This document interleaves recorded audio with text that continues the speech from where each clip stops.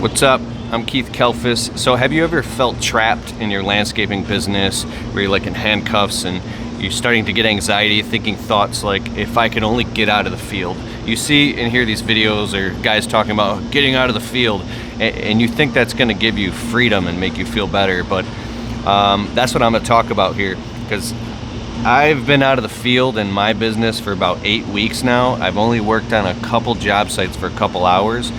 And dude, I got anxiety, my stomach's in a pit. Although I totally trust the guys that work for me, it's just, I'm having, dude, this is weird, like abandonment and separation anxiety, because I'm so ingrained from being on every job site all the time, physically digging with a shovel, weed whipping, spreading the mulch, doing all the stuff in my landscape business, that to not do it, I feel like such a fish out of water that I've realized I'm a control freak and I've got issues. And I need to breathe through this. So, but aside from the emotions, there's a very logical, strategic, step by step. There's frameworks, principles, patterns, and mandates and things that you can follow if you want to get out of the field, right?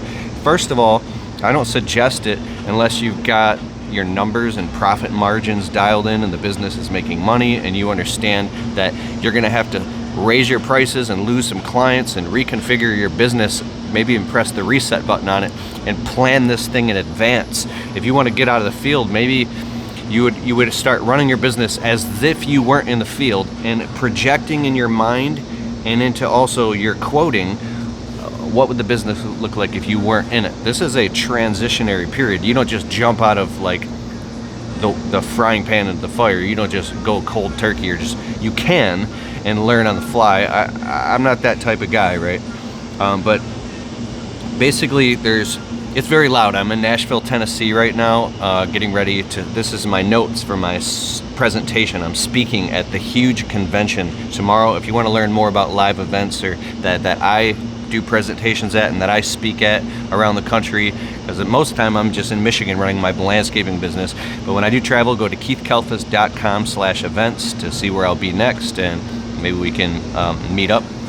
But and not that I'm the guy, I'm just learning from some phenomenal people in this community on YouTube and on Facebook. It's amazing. So anyways, if you want to get out of the field, start charging as if you weren't in the field, because you're probably in the field and you're paying yourself as a technician as well as the company or business owner. It could be just you and another guy, but all that profit, a large percentage of that is going to you, right?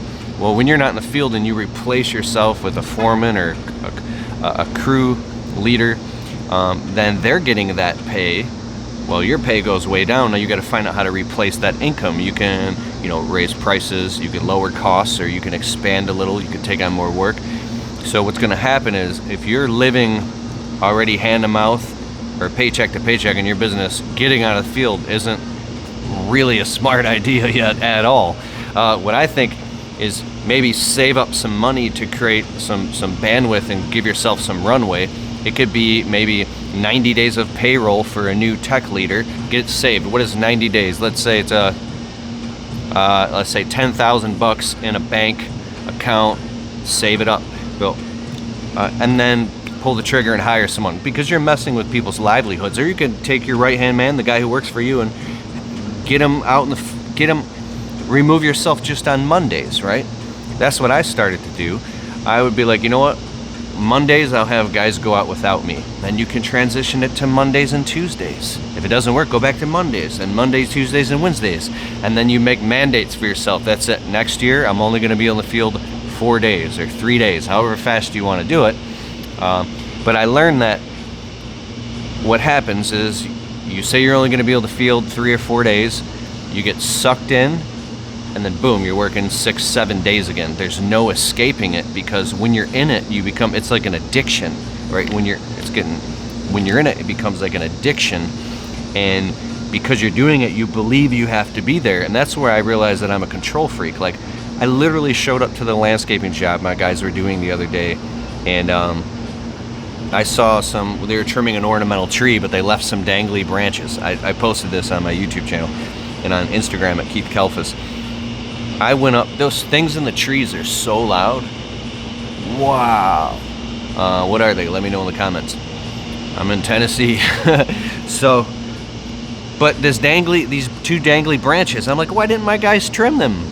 They're very articulate and they're smart. They always trim them. That's weird. So I went and grabbed the pruners and I trimmed them, and I was like, because I just showed up to the job site to check on things. And then now my guy comes around the corner. He's like, bro, the customer wanted to keep that. They liked that specifically because that shaded through the window into their home office. I was messing things up. So I realized it's better for me to just be off the job completely, because then when you start going on the job, then you're confusing your guys and it's like you're crazy. But aside from all that like emotional stuff, and let's get into some practical stuff. I don't have time to go all through all this right now. I will tomorrow in my talk. It's a 45-minute talk, and if you like this content, maybe I'll do a full podcast on this on the Untrapped podcast with Keith Kelfus. So basically, if you'd have told me 5 years ago that I would collectively have up to 28 people that I'm paying to help me run my business, I wouldn't have believed you. And right now it's like 14 or 15 people that I'm paying. It could be as much as 20. It just depends. Some people do one-off jobs. Some people work all the time. And that's not just landscaping. This is landscaping, window cleaning, and my internet business, right? Which is really taking off in the last couple years. But I'll show you how to do this. And when you finally realize how valuable your time is, you get to the point where you literally try to start outsourcing everything or finding other people to help you run your business so you can focus on what matters. I'm reading this because I kind of take all these notes. I'll take up to like 20 pages of notes whenever I do a talk, and I would just condense it down to the most valuable stuff based off experience, because there's so much stuff that I don't know. But you can hire remote employees, virtual assistants, actual employees, but there's 5 pillars of your business. There's marketing and advertising, production and labor, administration and office work, sales, and then the 5th is innovation and education, I believe, right? Because there's all this, I won't even get into that. Each one of those things is like an entire pillar in and of itself. And implementing these tactics can transition you through the 4 stages of business, okay? So, the 5 stages of business. Number 1, the first stage of business, and me talking about this will help you understand so you can see where you're at. So you can, because if you don't know where you're at, then how are you going to see what the next step or the next level is, right? So number 1 is Chuck in a truck. Chuck in the truck wears all the hats. And you can do that for a few years until you get totally burned out and exhausted, and it leaks into your personal life and you're miserable. Like, so what do? You go hire a guy or 2 guys or something, right? Then you're out there. You transition it to stage 2 business. That's Chuck has a couple employees, but he's still doing the sales, the office work, and he's stuck on the phone all day. So you jump out, you're working with the guys, and then you're in the truck and you're answering the phone calls. You're constantly answering the phone, then you're doing office work all night, but you got people helping you, and you've like transitioned to this next stage where now you can get to the point, I say where I was, where now I got to the point where I was doing maybe 10% of the work in the business, the production, and I was sitting trapped in the, not sitting in the truck in the AC, feeling totally trapped in the truck all day on the job sites, just doing everything on the phone, blah, blah, blah. And then there's certain specific key hires that you have to figure out. Like, you can choose to stay in the field if you want to grow a little bit and you be the production leader, right, the operation manager, and then you hire a really good office person or office manager, and then they can start to manage the CRM and helping with taking the phone calls and doing the payroll and the bookkeeping and invoicing and billing and accounts receivable. That key office person is the person that will help you run your business. There are some service business owners that they grow their business by finding an office person to literally partner with, right? So now you have the visionary integrator relationship. You can learn more about that in the book called Traction. So we'll move on and transition to stage 3 business. That's where Chuck is out of the field, has systems in place, delegates the work to everyone else, and focuses primarily on sales and marketing, right? I think I'm not at stage 3 business yet. Where are you at? Let me know in the comments below. I know I'm out of the field and I delegate all day, I do all the sales and marketing, but I'm still on Jobber all the time, because I do the sales, sending invoices to clients and collecting money and all that stuff. But maybe I'm stage 3, I don't know, it doesn't matter, but just so you know where you're at. And then stage 4, we move on to stage 4, the business grows. Chuck has fully systematized the business, has hired chiefs to manage all 4 divisions of his business, while he focuses primarily on innovation. So those different 4 stages of the business that he's hired people for, and you don't just go do this, right? If this frustrates you, you need a lot of work coming in, fully dialed in sales and marketing. I'm speaking in theory now because I haven't done this. I can only speak from experience to about stage 3. We move to stage 4, you start moving into other people, but I'm just kind of painting this picture to let you know what it looks like. As Chuck's fully systematized the business, he's got someone who's, head of administration running all of that, and somebody who's head of production, like out in the field and managing the crews, somebody that is sales, marketing, operations, administration, and then it's so freaking loud out here, it's crazy. So you've got people managing all that, like division managers, and the 5th step is you've hired a CEO to manage all those chiefs who manage all the employees, and you're either maybe the CFO, you just have weekly meetings and look at P&L statements and spreadsheets, and you make sure you keep your finger on the pulse of what's going on in the business, and you're just looking at maybe through a computer screen, or you're on vacation, or you're out of town, or you started a whole new business, or you're just relaxing. Which I don't think anybody, I don't know your business, but that sounds crazy. So to me, growing my business just a little bit, I thought would give me more freedom. It's just a whole new level of stress. It's like literally I'm handcuffed to just delegating to people all day long in 2 different businesses while managing personal life and a family and trying to eat healthy and get proper sleep. It's nonstop all day. So at that level, you have to get out of being an impulsive person who just goes out all night and has fun, and be really strategic about the time you take off. And when you got to plan, you got to live and die and breathe by your calendar, and build in fun and relaxation, or you'll never ever get it, and you'll go crazy, and your family will hate you. So if you dream of doing your life's work, here's the most important thing of it all. Building a business, from what I'm experiencing, actually, like, you have this dream of doing your life's work. Your life's work could be something that doesn't actually make you any money at all. You could dream of painting, or building a sailboat by the river, or starting a nonprofit organization or a charity and helping people, right? It's a beautiful thing. And that stuff doesn't make you any money. It probably costs you money, but you built this business, this structure to feed your family and pay all your bills and make you income so you can do the things that you love. What happens is somewhere in between, you get stuck in the middle and you never actually get to heaven, and you're stuck in do it in this business for years and years and years, and you become a firefighter. I don't know how to get out of it yet. I have no idea. I'm just kind of painting this picture because that's where I'm at. Like, I feel kind of stuck and not really trapped, because I'm still very excited, but you got to get very intentional and get a lot of clarity, right? So I think I'm gonna go a little bit more on the personal side. So you can hire all these people, but to free up your time on the personal side, you could hire a food prep service or a chef, get all your groceries delivered. This is where you start making more money when you grow your business a little and you dial in profit. Well, I'm sorry, before I say that, before you make more money, you're going to lose money, and you're going to go into cash flow purgatory, and hiring these people is going to suck all the profit out of your business, and you're going to feel like you're walking in place, working your guts out, just giving all the money away in your business, and you might even have anxiety and be fearful. This is like tough. I'm in cash flow purgatory in my landscaping business right now. Like, it's not making the numbers and the profits that it was while I was out in the field being the driver and banging out jobs, because we've had to minimize and narrow down our services to the cookie cutter services that I could just send guys to go do every day, doing like more customized landscape jobs and stuff that they're not trained to do. Or we did a lot of tree trimming, which I think I'm pretty decent at tree trimming, and I know how to bang out tree jobs, or stuff that's just dangerous or unrealistic.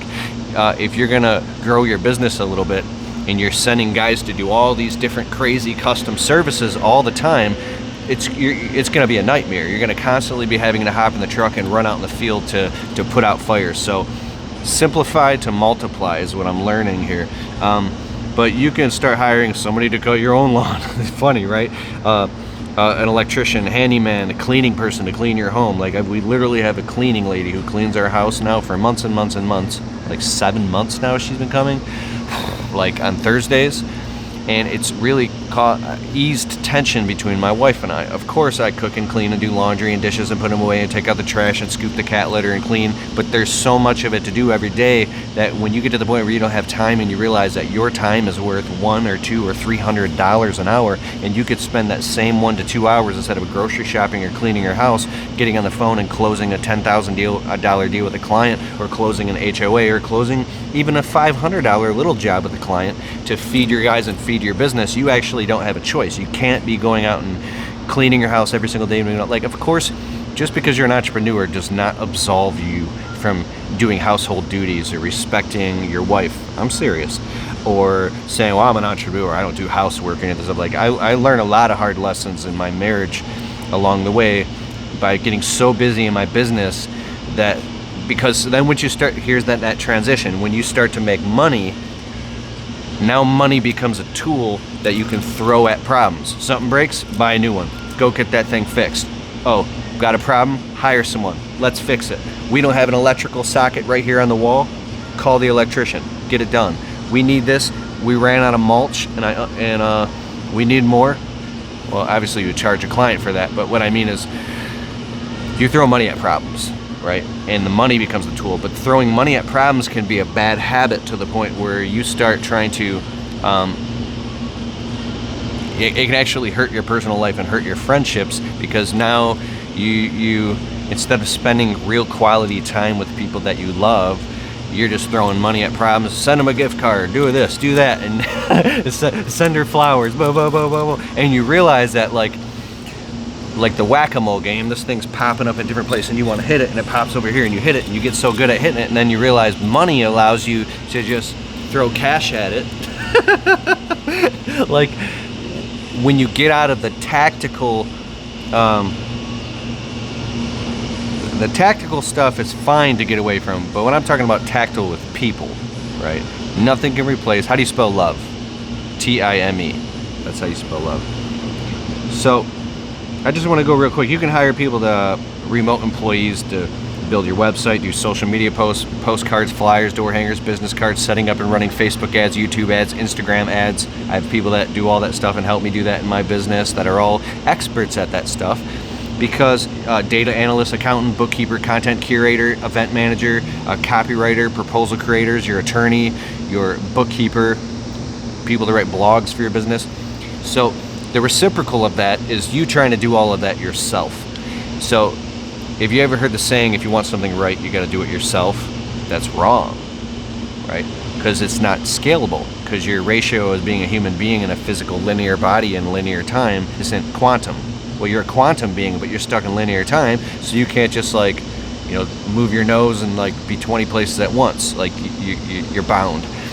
So you need people and systems to help you do more. And I can't believe I am hearing myself say this, because I'm just 1 foot out of the gutter. I'm 1 foot out of, I feel like I've literally I'm taking baby steps, but this one little step has opened my eyes to so much that if you're afraid, stop being afraid. Go get the help and get the coaching that you need. Sit down and dial in your numbers. And if you don't have time to do it because you're so running around, then it's always going to be that way if you don't make the time. And the way you make the time, I believe, this is how I was able to do it. It might not work for you, but I just work my tail off 90 hours a week, I'm not exaggerating, saved up some money in extra bank accounts, and then used that money to buy me time. So I set a plan, just like I talked about earlier. Okay, I'm going to save up 10 grand in a payroll account to pay these future employee account. That's a new account. How do you do that? You just work like crazy and crunch down and pack lunch every day and save money, and then you take a risk and you go hire that person to clean your house, and then a new employee, and then this person, and little by little as you hire these people, you're buying your minutes back, right?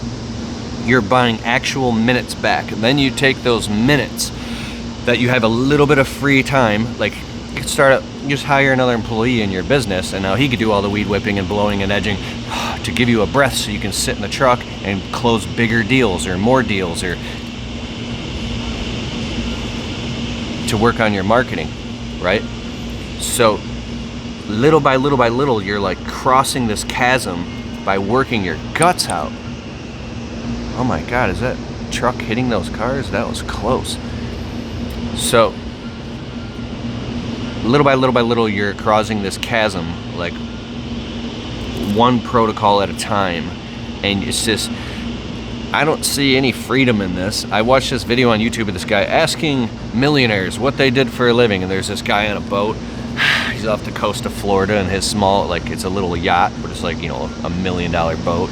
He's like, I did this and I did this, and it was a very enlightening video to see that these guys finally, and most of them were in their 50s and 60s, finally had gotten to a point where they could let go. And how do you let go? I don't know, I have no idea, but you can, oh yeah, there's two different types of positions. I just want to get to this. One is proven, the other is experimental. You should only, when you're trying to grow a little bit or get out of the field, only hire people or do services or do things that are proven to make money. If you just move into experimental stuff that you would like to do or you hope would work, you might be taking a risk that's too big. So you first replace the actions that absolutely need to be done, that are logical and practical, right? And stay away from experimental stuff until you're making more money, and then you can move into the experimental stuff. Because that's one thing, you can get proven versus experimental really like confused, and now you're like, oh, I hired someone, okay, let's have him do this and this and this and all these weird things that don't make money. That's why some small business owners, their employees think they're crazy. Like an employee who's very technical or mechanically inclined.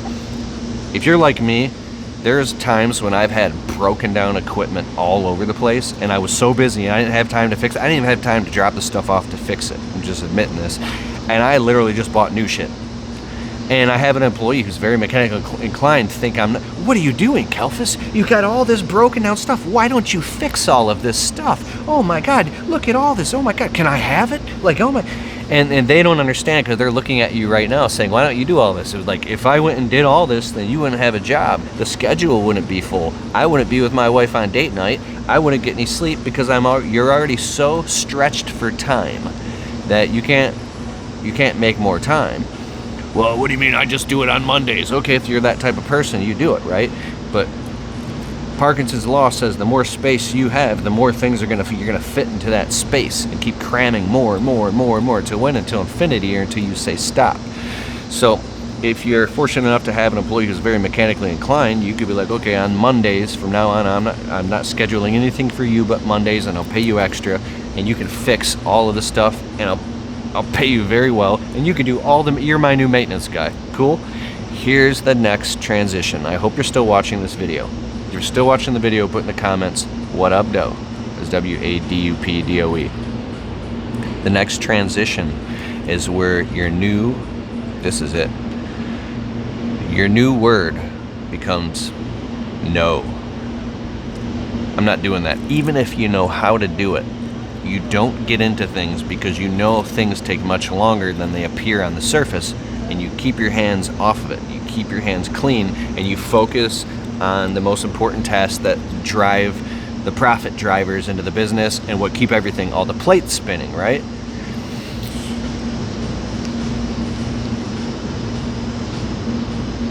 It's called Who, Not How. There's a book by Dan Sullivan, the strategic coach, called Who, Not How. You always ask, how can I do that? But how? I don't understand how these guys do it. How? How do they do it? How do these guys run these $1 million businesses and do all these things? And how did that guy get that truck or that guy? You're asking the wrong question. The question is, who? What type of clients did that guy get? How does he do his marketing? What are the systems that he uses in the sales systems to bring the business and process it down and qualify the customers so he can get those types of jobs, and how has he copy pasted that, and what type of employees has he find, who is his designer, who are the people that he knows, who are the who's. When you start asking who can help me build my website, do my marketing, when you keep saying how, you're stretching yourself so thin you're going to go insane. It's a paradigm that you get stuck in that'll literally rip you apart inside and cause anger, frustration, anxiety, rage, depression, because you're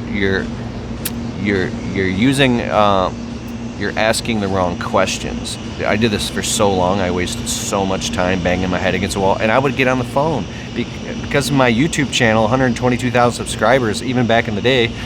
From 50,000 subs, I got lucky. It got me access to people in the industry that had anywhere from $1 to $10 million businesses, and I became friends with them because maybe they thought it was cool. I could make videos with them or whatever. But I was able to become friends with all these cool guys all over the country, and they would give me their one-on-one time, and at some point I would snap. All right, bro, just tell me, how did you build this business? How did you do it?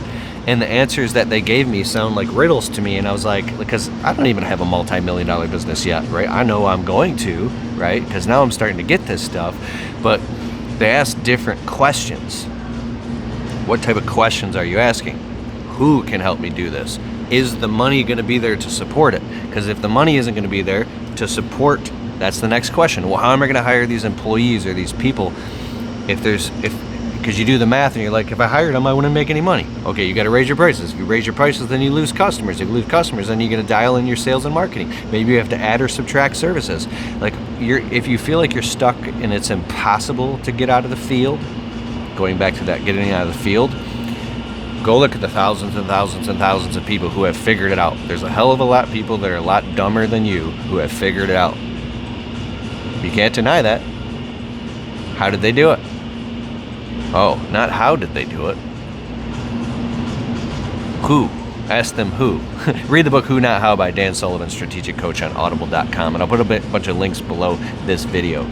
So I could talk about this, and it's not about all the tactics, and it's the transformational stories, the deep inner game work of listening to an entrepreneur talk about how he tried to get out of the field and he was depressed and he did an experiment. Then one day, like, he had this crazy family emergency and he had to trust his employees to go do it. But then the employees did an amazing job. They actually knew how to do everything the whole time, but they were afraid to speak up or really do it because they were being abdicated by the boss. So. Oh, here's the last thing. You can teach all the skills in the world to the wrong people or the wrong who's, the wrong person, the wrong employees. It will never, ever, ever work. Stop trying to make the wrong employees the right employees. But, there are some people that's not always, that rule can be broken. Because there's people that, like, suck, that can become great over time, right? It's just, people can change. We're malleable. We're adaptable. But when you find the right people, and I know this from experience, they just work, and it works like magic when you find the right people. So you can keep banging your head against the wall, messing with the wrong people and telling yourself that this is impossible, or you could just give up and go find the right people, and then it just works. And you're like, oh my God, this is amazing. How is this happening? This is incredible. This option has been available to me this entire time, and because you're stuck with a self-limiting belief that like you're the cause of your own problem, and you're also the cause of your own solution. You just got to find the right who's. And anyways, I'm going to go right now. I hope that serves you, my friend. I'm really glad I just talked about all this as well, because this just helped me prepare for my speech tomorrow at a huge convention. And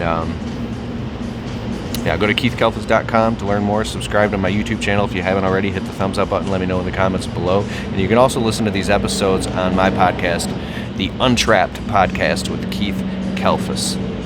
Peace.